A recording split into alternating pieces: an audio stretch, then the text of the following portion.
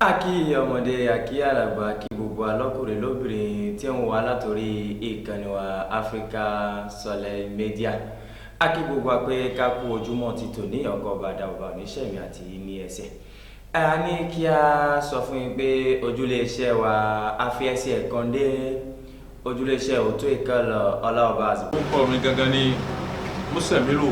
Suleiman, àdádásílẹ̀ òótọ́ ìkọlọ̀ ọlá ọba Hasibunalai ní àdúgbò Wando Pápájà bí ẹni lọ sí wàpàwé tó lọ sí ilé òṣèlè ìjọpẹ̀bí lẹ́gbẹ̀lẹ́ àjíwá wá sí ìlókò. Àwọn ọ̀rọ̀ ọlọ́kọ̀jọ̀kan sì wáyé tí ọ̀gá àgbà náà òun náà ó fẹnu ara ẹ̀ fi ṣàlàyé fún wa nípa nǹkan tí a mọ̀ sí òótọ́ ìkọlọ̀. Kí là ń pè ní òótọ́ ìkọlọ̀? Òótọ́ ìkọlọ̀ jẹ́ iléèwé kan tí wọ́n ti ń kọ́ wa ní mọ́tò gúngùn àti àwọn kẹ̀kẹ́ tí a sì ń gba ìwé ẹ̀rí wa ní àrídájú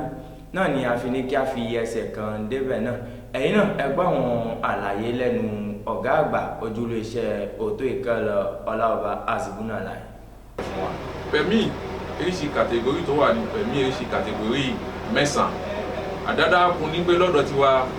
níbí ó pé èyí mẹ́wàá pẹ̀mí kàtẹ́górì mẹ́sàn-án ló wà nínú ìwé àmọ́ lọ́dọ̀ wa bí a fẹ́ ọ̀kan tí ń jẹ́ kàtẹ́górì èyí mẹ́wàá la àmọ́ gbà lọ́dọ̀ tí a ń gbà.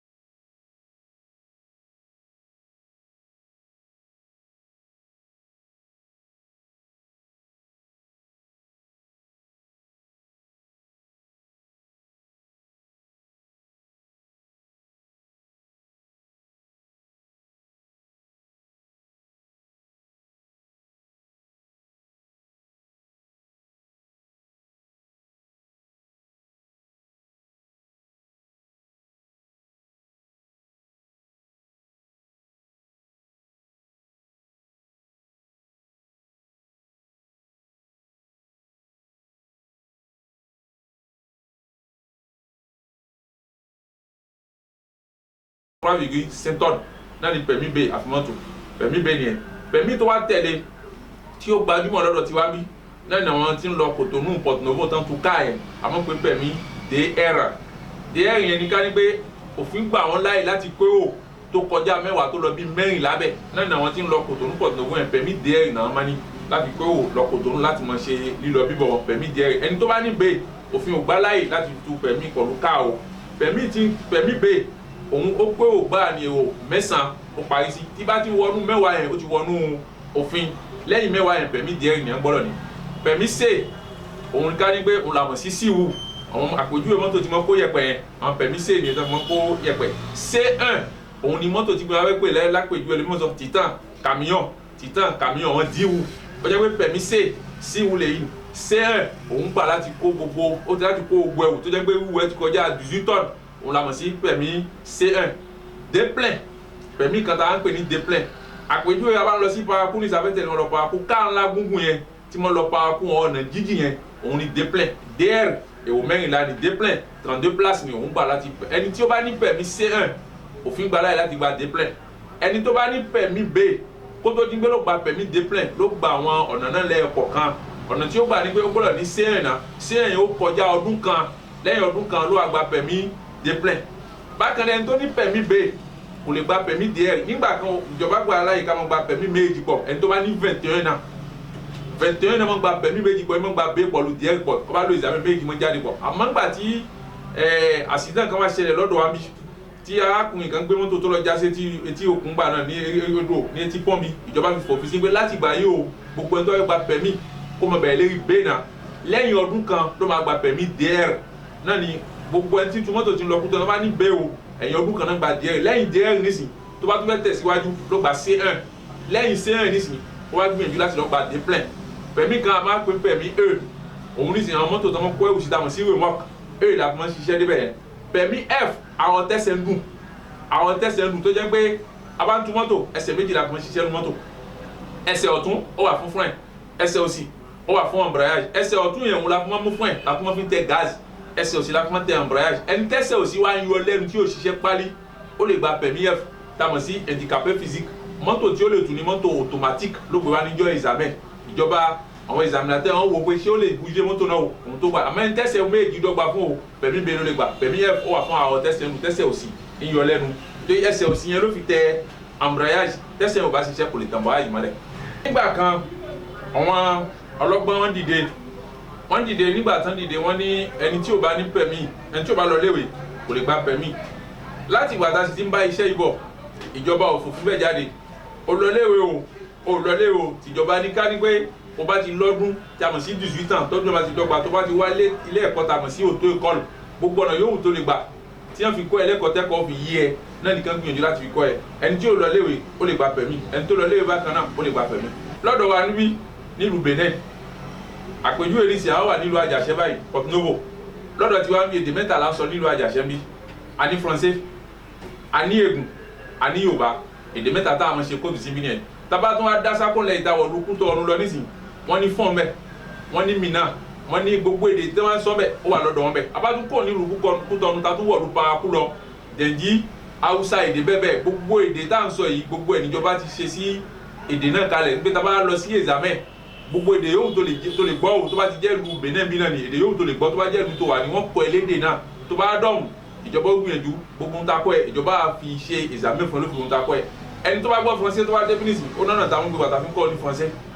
ẹni tó jẹ́ pé Yorùbá lòun ṣe bákan náà á gbìyànjú ń tá à ń sọ léde Français náà látúmọ̀ padà tú sí èdè Yorùbá táwọn fi ń gbìyànjú táwọn mọ́ kọ́ wọn náà ń tá à ń sọ léde Yorùbá náà látúmọ̀ sọ sí èdè gùn èdè ìrísí kọ̀ọ̀kan ló lásìkò ìgbà míì ọmọ papọ̀ tẹ́sẹ̀ mọ́ péjọ kátó ní gbọ́n papọ̀ bẹ́ẹ̀ kálukú lágbo tiẹ̀ ó ní agbo táwọn sílẹ̀kùn Yorùbá a lè sọ pé agbé láti Yorùbá látago mẹ́jọ fi lọ ago 9 nísìn iṣẹ́ kakọ́yàn níṣẹ́ ìṣe ká jókòó níṣẹ́ láàtọ́wọ́ di ilẹ̀ ṣú lọ mo bá àsìkò tó lẹ́fẹ̀ẹ́ lò tó ti kọ́ ohun tí ó ṣe kókó fún un tó bá ti fọkàn sí yóò dé ohun tí ó lé ago 9 lọ sí 9 àbọ̀ àgbà Yorùbá láyè àgbẹ̀ látago 9 àbọ̀ fi lọ ago 10 àbọ̀ àgbà àwọn Ègùn láyè látago 10 nísìn àgbẹ̀ látago 9 àbọ̀ fi lọ ago 10 àbọ̀ àgbẹ̀ látago 11 fi lọ ago 12 àbọ̀ yẹn àlèmọ́ bá tàwọn ní Français lọ nígbà míì nínú àwọn tí wọ́n ń kọ́ ẹ̀kọ́ lọ́wọ́ wa kálukú máa ń sọ bí tó ṣe máa ń ráyè gbà ẹlòmíì lè sọ pé ọwọ́ àwọ̀ lòún ráyè ọwọ́ ọ̀sán lò àgbo tó bá ráyè sí tí yóò rọ lọ́hùn tí ó sì wọ̀ àná lọ́hùn á gbìyànjú lásọ láàrin wa kò sígbà yóò tí olú ẹ̀ bá ti sọ fún òun ráyè sí o á gbìyànjú àfi tẹ̀ lọ́hùn láti lè kọ́ níṣẹ́. pẹ̀mí ìpèrímé nínú àyà àfi ẹni tó ní pẹ̀mí DR pẹ̀mí mọ pèrímé DR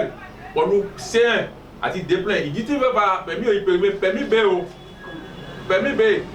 ìpèrímé pẹ̀mí B ìpèrímé pẹ̀mí DR C1 D-plan kí ló fà á tó fi máa lọ tún àkíyèsí wọn ṣe bí a ṣe ń dàgbà sí lọ́dún náà tún gorí sí ojú ìta sì rí kì í hàn bákan náà lẹ́yìn ọdún márùn wọ́n gbìyànjú kí wọ́n gbé pẹ̀mí náà lọ́fún wọn gbé báwo ni tẹ̀síwájú ó wà pẹ̀mí B ó wà títí ọjọ́ kú ni pẹ̀mí B ìpèrímé. nọ́mbà ìbánisọ̀rọ̀ ní 97 22 70 64 96 51 69 74 65 65 40 18. ọdún lọ sópin ayé ò lọ sópin ọdún tí ń lọ sópin yìí wọ́n lọ́n kó ṣe fún wa nírọ̀ ọ̀pọ̀lọpọ̀ ọdún kọ́nà já ṣe ní òkèpẹ̀ má jẹun fi dá o wa bí tí ọdún bá ṣe ń lọ sópin báyìí nísìn àwọn kan mèremère mọ́ṣẹ̀ lákòókò táwa yìí gẹ́gẹ́ bí àìmọ́tẹ̀lé òfin ọ̀nà ẹlòmíì tó bá gbé mọ́tò kó lé akàndé gbé jàmbá òjì ṣẹlẹ̀ sí ni ló bẹ̀ sí sáré pọ̀ lu mọ́tò kí ló fà á ayọ̀ ọdún náà ní mu lọ ló fi lọ dá wàhálà lẹ̀ á sì tọwọ́ jàmbá ọ̀nà bá délẹ̀ ọ̀tún òsì wa kì í lè jókòó sójú kan mọ́ àpèjúwe yẹn wọn á sọ pé ṣé wọn tán kọ́ ọ ilé ẹ̀kọ́ tán pè ní òtó ẹ̀kọ́ ńlá nìyẹn ìgbà mi ẹni tó mọ òfin ọ̀nà ló mọ pé òun tẹ̀ lófin báyìí ẹni tí ò mọ òfin ọ̀nà ló àfi tiẹ̀ kó bá olófin méjì mọ́ gbà mí ọmọ pàdé àwọn báyìí wàhálà mọ́ ṣẹlẹ̀ láyọ̀ náà kí ló fà tó fi jẹ́ bẹ́ẹ̀ nítorí ìdí èyí nìkan náà kókó abẹ́ ohun tá a lè ṣe fún èrò wa lé ni pé lẹ̀kùn wà níbí ní ṣíṣí gbogbo fún gbogbo ẹnikẹ́ni tó bá ti débí o àjọyọ̀ tó bá gbé wọ bí àjọyọ̀ náà ló tún gbégbé jáde àgbo kágo ni lẹ̀kùn wà ní ṣíṣí fẹ́ni tó bá ti débí pé òun débí o pẹ̀lú agbára ti Ọlọ́run a sì ní pẹ̀lú agbára tọ́lọ́run ànífì ìlérí sí bó bá débi ayọ̀ tó gbé wọ bí ayọ̀ náà ni ó bá jáde. adúpẹ́ ní ọwọ́ Ọlọ́run ọba á kí gbogbo ẹ̀yin tí ń wà lórí ìkànnì wa Africa Soleil Media TV lẹ́ẹ̀kan fi kún mo ní ọ̀rọ̀ lẹ́ti gbọ́ lẹ́nu ọ̀gá àgbà ojúlé iṣẹ́ wa Auto École Ọláọba Azibunala. Il y a un franchissement, ça interdit toutes les manœuvres. Exemple des manœuvres, il y a la marche arrière, le demi-tour,